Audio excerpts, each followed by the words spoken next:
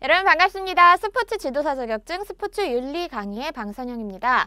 스포츠 윤리, 그동안에는요, 기출된 양상들을 보면 굉장히 왜 올림픽에서 효자 종목인 뭐 태권도, 양궁 이런 거듯이 스포츠 지도사에서는 스포츠 윤리 과목이 약간 효자 과목 같은 거였거든요. 그래서 이 부분에서 이 영역에서 되게 고득점을 맡아놓고 다른 과목에서 조금 점수가 깎여도 되는, 커버되는 그러한 과목이었는데요.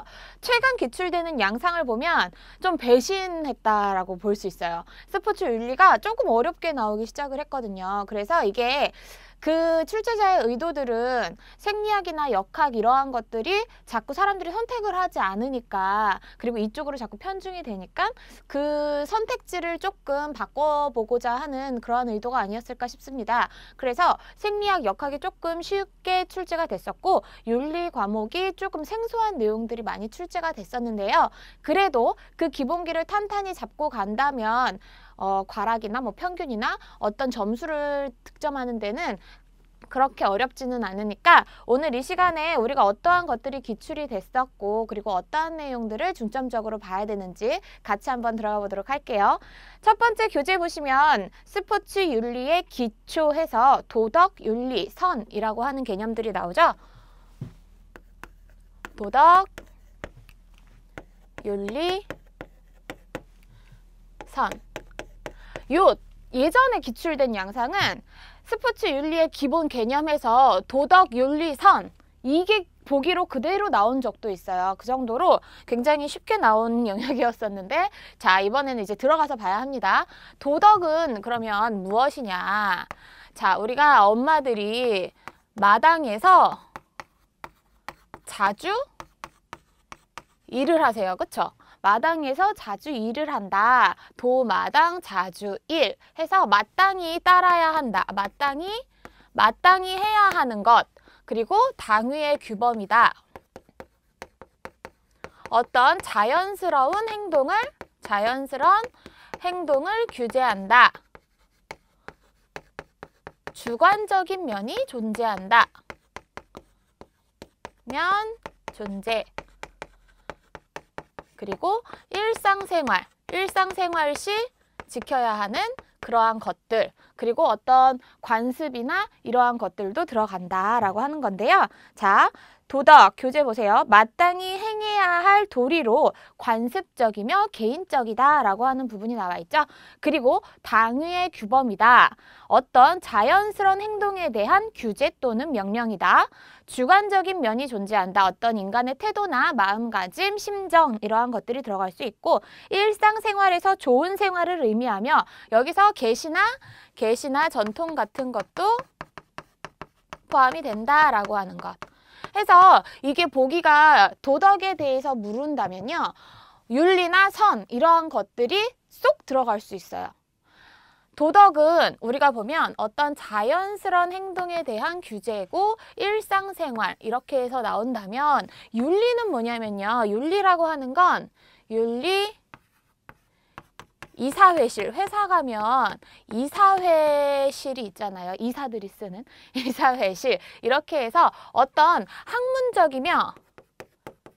학문적이고 머리적이죠. 학문적이고 이성만으로 해결하려고 하는 게 윤리. 그리고 사회생활 시 더 좋은 행동이다. 사회생활할 때 좋은 행동 적용되는 것이 윤리. 그리고 실질적인 면이 존재한다는 것. 역시 윤리 자체도 마땅히 행해야 할 도리이다. 사람이 살면서 마땅히 해야 할 도리이다. 첫 번째 나와 있죠. 그리고 두 번째, 사람이 사회생활 시 행해야 할 도리이다. 조직 내의 도리 이렇게 나와 있잖아요. 그래서 여기서는 일상생활이 조금 더 중시되는 게 도덕이라면 사회생활할 때는 윤리라고 하는 덕목이 조금 더 중시된다. 조직생활에서는. 그렇게 해서 이러한 차이점이 명확히 지금 보이고 있죠. 그리고 윤리란 법과 도덕의 종합으로 볼 수 있다. 실질적인 면이 존재한다. 인간이 무엇을 해서는 안 되는가, 무엇을 이루는가, 이러한 것들. 학문적이며 이성만으로 선악을 탐구하려는 것이 윤리이다라고 하는 부분. 해서 그 차이점은 좀 명확히 알고 가셔야 되고요. 그러면 선은 무엇이냐? 선사시대, 옛날이 뭐 원시시대, 선사시대 막 이렇게 얘기하는데 선사실 이렇게 해서 일단 이렇게만 키워드를 보시면요. 어떤 사람으로서의 도리, 사람으로서의 도리, 그리고 진리가 인식의 참 가치라면 선사실이죠. 실천행위의 참 가치이다 라고 하는 게 선이라고 하는 거예요. 그리고 또 하나, 선은 윤리와 도덕과 윤리의 표현입니다. 자, 볼게요. 사람이 사람으로서의 도리를 다하는 것이다. 그렇죠? 윤리와 도덕은 선의 표현이다. 선의 표현으로서 도덕과 윤리. 그 다음 진리가 인식의 참 가치라면 선은 행위, 실천 행위의 참 가치이다. 실천 행위의 참 가치이다. 이렇게 해서 뭐 진인사 대천명 이렇게 얘기하죠. 진, 인식의 참 가치라면 선사실해서 실천 행위의 참 가치이다 라고 하는 부분. 인간의 의식 작용을 그 성격에 따라 지, 정, 의로 분별하여 궁극적으로 지향하는 가치 중에 하나이다. 악은 선의 반가치로서 반대되는 가치죠. 진에 대한 위, 미에 대한 추와 같다. 진은 뭐 옳은 것, 위는 그릇된 것, 미는 아름다운 것, 추는 추한 것. 이렇게 해서 서로 반대되는 가치와 같다라고 하는 부분입니다. 이렇게 해서 도덕, 윤리, 선 별거 아닌데요. 이러한 것들이 기출이 됐었고 또한 나올 수 있는 부분이에요. 근데 윤리를 물어봤으면 도덕이나 선에서, 선을 물어봤으면 뭐 도덕이나 윤리에서 이렇게 해서 서로 보기 자체가 쏙쏙 들어가 있으면 조금 헷갈리실 수 있거든요. 그러니까 그 키워드는 반드시 잡아서 어떠한 것이 도덕이고 윤리이고 선인지 분별해 놓으시기 바랍니다. 자, 그 다음 봐야 되는 내용, 다음 교재 보시면 사실 판단 그리고 가치 판단의 개념이 나오죠. 사실 판단과 가치 판단은 기출된 걸 보면 되게 자주 나왔었던 영역이에요. 자, 기출 포인트 같이 한번 볼까요?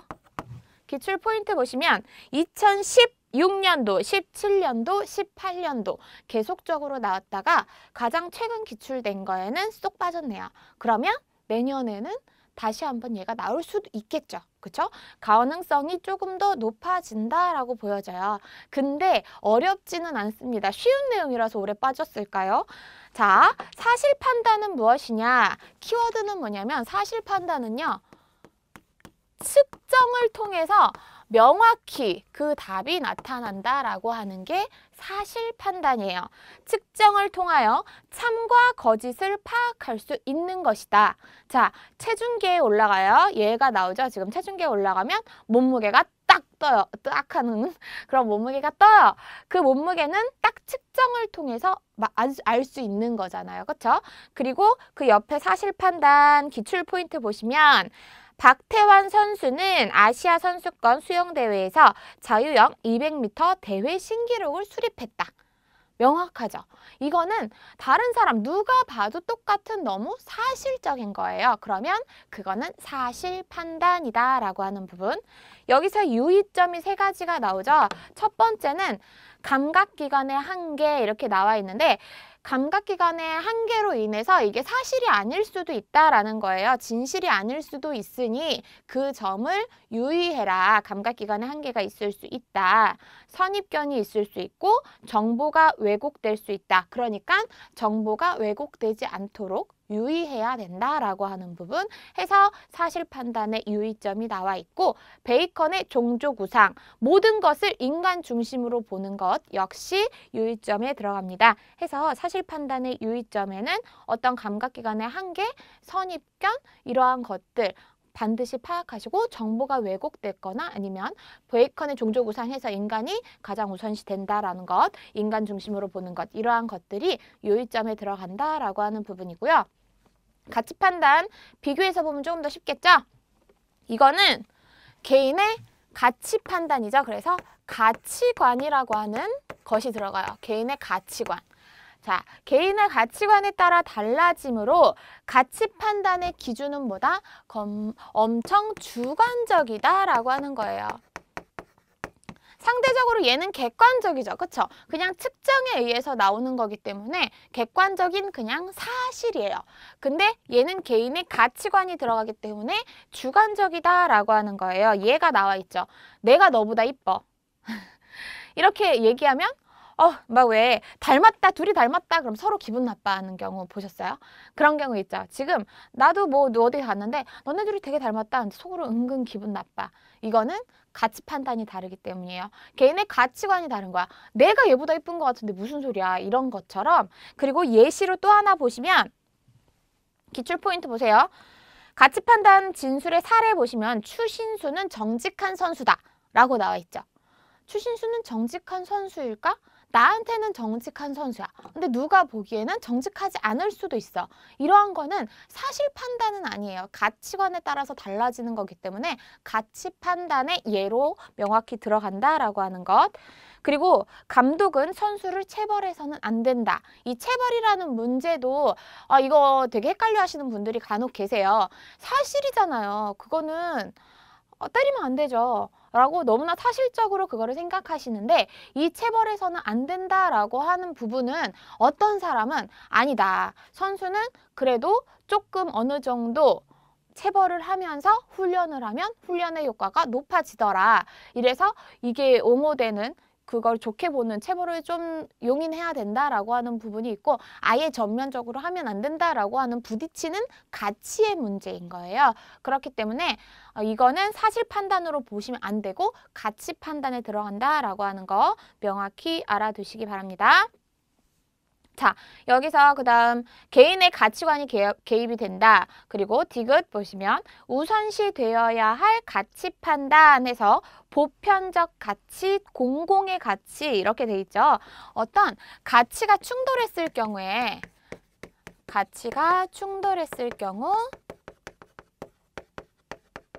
이러한 보편적인 가치를 우선해야 된다라고 하는 소리예요. 자, 그러면 보편적 가치는 뭐예요? 당연히 지켜야 할 가치, 마땅히 지켜야 하는 가치 해서 어떤 생명은 소중하다라고 하는 그러한 부분이, 가치가 만약에 충돌했을 경우에는 이러한 보편적 가치를 우선해야 한다라고 하는 것이고요. 공공의 가치에서 다수를 위해서 지켜야 하는 가치, 이러한 것들이 가치 판단이 충돌했을 때 우선해야 되는 그러한 가치이다라고 하는 부분입니다. 해서 사실 판단과 가치 판단 별거 아니죠. 근데 문제로 출제가 거의 단골손님처럼 출제가 됐었던 부분이기 때문에 이 측정해야 된다, 달라질 수 있다, 이것만 명확히 아시면 그 예시가 어떠한 형태로 나와도 문제 푸시는 데는 어렵지 않으실 거라고 생각합니다. 자, 사실 판단, 가치 판단은 한해 빠졌기 때문에 조금 더 중점적으로 명확히 정의해 놓으시기 바랍니다. 그 다음 볼게요. 스포츠 윤리의 이해, 일반 윤리학과 스포츠 윤리학. 윤리학은 뭐냐? 도덕의 기원, 발달, 본질, 규범에 대해서 연구하는 학문이다. 모두가 지켜야 할 것으로 그 타당성을 중요시한다. 스포츠 윤리학, 스포츠에 관여하는 사람들의 도덕에 대한 연구, 그쵸? 그대로 윤리 그대로 따왔는데 스포츠에 관여하는 이러한 식으로만 들어가서 보면 되고요. 스포츠 도덕의 원리, 스포츠와 관련된 사람들 사이의 도덕적인 질서 관계를 연구한다. 스포츠 윤리학에서 요구되는 지식, 도덕은 상대적으로 상대적인 것으로 적용 범위에 한계가 있기 때문에 국제화 시대인 현대에서 인류에 대한 보편적인 도덕 원칙이 필요하다. 스포츠가 다른 생활 분야를 위협하는 문제가 발생한다. 워낙에 지금 스포츠가 활성화되고 있잖아요. 그렇기 때문에 어떤 자연을 훼손하는 골프장을 만들거나 스키장을 만들거나 이러한 식으로 해서 다른 생활 분야를 위협하는 문제가 발생하기도 하고요. 지나친 스포츠 선정 가치에 대한 집착과 스포츠 정신의 변질이 발생할 수 있다라고 하는 부분. 이러한 부분이 있기 때문에 요구되는 지식이고, 지식이 있고 스포츠 윤리가 요구되는 이유도 역시 맥락이 같은데요. 스포츠 윤리가 요구되는 이유. 자, 첫 번째 요구되는 지식과 맥락을 같이 해서 보시면 스포츠가 규모가 어때졌어요? 되게 커졌죠? 거대한 규모로 국민 생활 도덕에 영향을 미친다. 국민 생활 도덕에 영향을 미치기 때문에 윤리가 요구가 된다. 또 하나는 스포츠가 다른 생활 분야를 위협하는 문제가 있다. 스포츠가 다른 생활 분야를 위협하는 문제가 있다. 그렇기 때문에 스포츠 윤리가 요구가 된다. 세 번째, 스포츠 환경의 오염 문제. 스포츠 환경의 오염 문제가 있을 수 있다. 이러한 것들 때문에 스포츠 윤리가 요구가 된다. 규모 자체가 커졌기 때문이에요. 그렇죠? 그래서 골프장에서의 농약이나 시설을 건립하면서의 그러한 환경 파괴, 이러한 것들이 있을 수 있기 때문에 스포츠 윤리가 요구가 돼야 된다라고 하는 부분이고요. 넘어가서 보시면 스포츠와 윤리의 관계 나오죠. 스포츠는 인간에 의해 이루어진다. 스포츠는 인간의 지혜, 윤리가 투영된 정신적 산물이다. 문화와 전통의 소산이라고 할 수 있고요. 스포츠는 인생의 축소판이자 사회의 거울이라 표현이 된다. 스포츠 행위는 단순한 개인의 문제가 아니라 공적 기준에 의한 윤리 문제로 이슈화될 수 있다라고 되어 있는데, 어떤 윤리적 비난의 대상은 무엇이 있냐면요.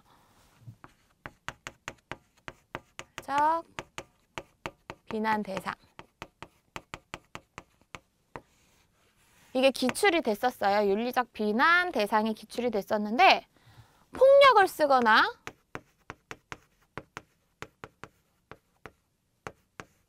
아니면 부정행위를 했거나 아니면 약물을 복용했거나, 이거는 윤리적으로 비난받아 마땅하죠. 그래서 왜 간혹 프로스포츠 보다 보면 이런 부정행위를 했다, 폭력이 서로 나타난다, 그리고 약물을 복용해서 도핑 테스트를 했는데 올림픽에서도 약물을 복용한 경우가 있더라라고 하는 부분은, 그 선수는 윤리적으로 비난이 대상이 될 수 있고 그 상황 자체도 윤리적 비난의 대상이 될 수 있다라는 거예요. 그렇기 때문에 폭력행위, 부정행위, 약물 복용 이렇게 해서 간단하게 적어 놓으시고요. 윤리적 비난의 대상 이렇게 한 번쯤 체크해 놓고 보시면 좋을 것 같습니다. 스포츠 윤리의 독자성이라고 하는 부분이 나오죠. 스포츠 윤리의 독자성 첫 번째, 스포츠 도덕은 스포츠 규칙의 자발적 준수를 의미한다. 그렇죠? 규칙의 자발적 준수가 스포츠 도덕이다. 스포츠 규칙의 준수는 스포츠 선수의 필수 조건이죠. 그렇지만 3번 보시면 스포츠에서의 규칙의 자발적 준수가 도덕적인 선수와 비도덕적 선수의 절대적인 구별 기준은 아니다라는 거예요. 규칙을 자발적으로 준수했다고 해서 그것만으로 도덕적인 선수야, 도덕적이지 않아, 비도덕적이야 이렇게 해서 구별하는 절대적인 기준은 아니다라고 하는 부분이고요. 스포츠에서 규칙 위반은 경기의 일부로 받아들여지죠. 그렇죠? 그래서 이러한 윤리, 스포츠 윤리의 독자성이 있다라고 하는 부분.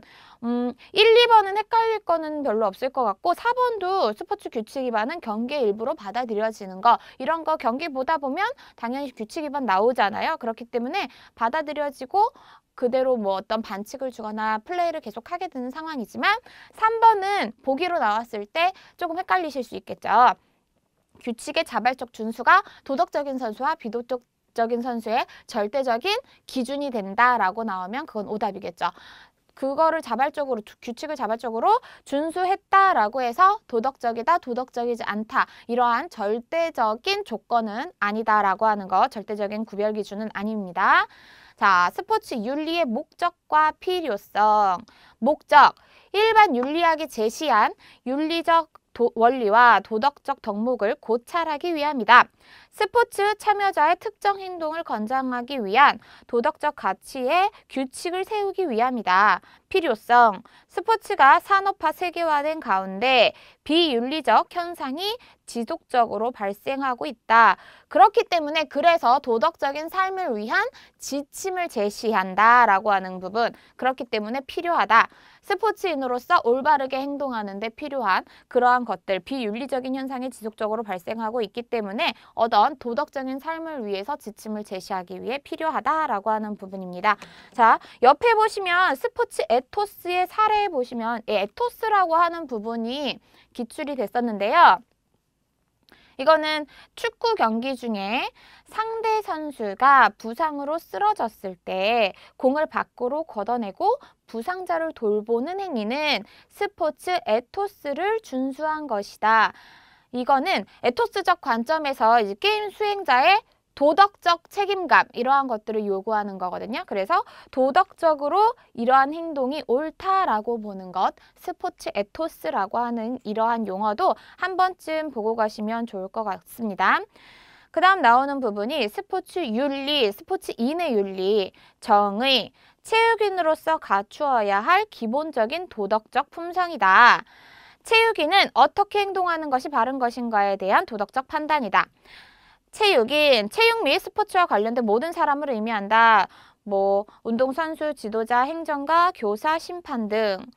체육인으로서의 알맞고 바른 행동, 국가관, 사명감, 협동정신, 어떤 페어플레이 정신, 품위 유지. 체육인 윤리 강령, 스포츠 고유 가치에 대한 존중, 국가와 사회에 대한 체육인의 역할, 존경받는 체육인상의 정립, 체육윤리위원회의 설치와 운영 이러한 것들이 있을 수 있다라는 것 한 번쯤 보시면 좋을 것 같고요. 그 다음 나오는 부분이 윤리이론이라고 하는 부분이 나오는데요. 자, 윤리이론. 이거는 거의 계속 나와요. 출제가 계속됐어요. 보시면 기출 포인트 보세요. 빼곡히 다 차있죠. 15년도, 16년도, 17, 18, 19년도 계속적으로 나온다라는 거예요. 그래서 이 윤리이론은 첫 번째로 나오는 거는 결과를 볼 것이냐, 결과론적. 윤리 이론. 첫 번째가 결과론, 목적론적 윤리 이론이에요. 그러면 이거는 뭐냐면 자, 쉽게 얘기해서 과정은 중요하지 않아요. 결과만 보는 거예요. 결과론적이고 어떤 목적론적이죠. 그래서 굉장히 결과를 중시하는 게 결과론적이에요. 자, 행위의 옳고 그름을 판단함에 있어 행위의 의도나 수단보다는 결과를 중시한다 라고 하는 부분. 그래서 벤담의 양적 공리주의 이렇게 해서 보기가 나오잖아요. 그러면 기역 따서 무조건 결과론적 윤리이론이다. 목적론적 윤리이론이다. 아실 수 있어야 합니다. 벤담의 양적 공리주의 그리고 미래질적 공리주의. 자, 벤담의 양적 공리주의는 옳은 행위는 다수에게 행복을 주는 행위이며 쾌락은 질적으로 동일하다. 최대 다수의 최대 행복 이렇게 해서 옳은 뭐 다수의 행복을 만족을 주는 행위는 옳다라고 보는 것. 미래질적 공리주의, 배부른 돼지보다 배고픈 인간이 바람직하다라고 하는 부분 해서 공리주의라고 하는 부분이 나오면 결과론적 윤리이론, 목적론적 윤리이론 연관하실 수 있어야 하고요. 한계점 보시면 근본적이며 보편적인 도덕 개념 이러한 것과 모순이 될 수 있다. 정의나 인권 이러한 것들과 보편적인 도덕 개념과 모순이 될 수 있고 양적으로 계산할 수 없는 다양한 가치들이 있다라는 것, 그리고 인간의 내적 동기에 소홀할 수 있다. 그러니까 결과론적 윤리론이잖아요. 결론만 봤기 때문에 한계점에 있어서는 그 내면이나 가치 이러한 것들이 중시가 되기 때문에 그런 것들이 무시가 되는 것, 그러한 것들이 한계점으로 나오는 거예요. 그래서 내적 동기, 다양한 가치, 보편적인 도덕 개념 이러한 것과 모순이 될 수 있다라고 하는 부분 한계점 체크해놓고 보시면 좋을 것 같고요. 결과론적 윤리론의 사례로 보통은 많이 나오니까 사례를 많이 봐두세요. 프로축구 A팀 감독은 주장을 불러 상대팀 선수에게 의도적 반칙을 하여 부상을 입히려고 작전 지시를 내렸다.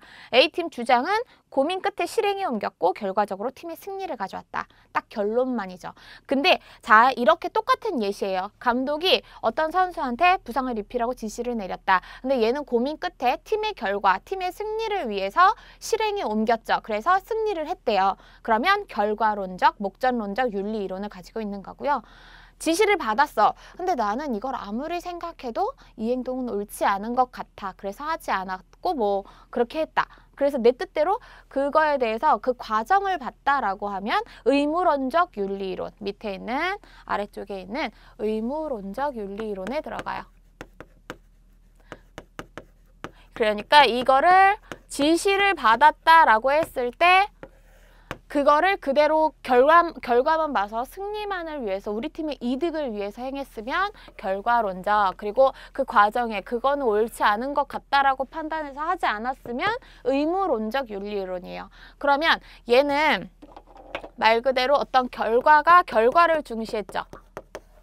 그러면 얘는 행위 자체, 그 행위 자체나 의도 이런 것이 더 중시가 됐다라고 보는 거예요. 자, 교재 볼게요. 결과의 좋고 나쁨이 아니라 그 행위 자체가 도덕 규칙의 판단 기준이 된다.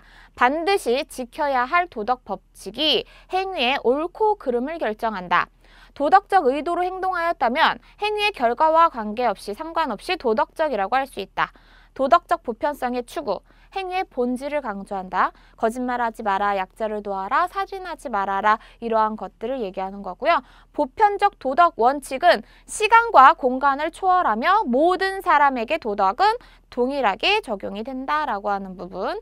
칸트의 의무론적 윤리설, 칸트라고 하는 사람, 의무론적 윤리설은 인간에게는 가장 세련된 권위인 실천 이상, 양심이라고 하는 것이 존재한다라고 하는 것 알고 가시고요. 여기서의 한계점 보시면 도덕 규칙이 서로 상충할 수도 있다라고 했죠. 그래서 도덕적인 그 갈등 상황에서는 실질적인 해결책을 제시하지 못한다라고 하는 부분이 한계점으로 들어가요. 자, 나는 이게 옳은 것 같아. 근데 얘는 이게 옳은 것 같아.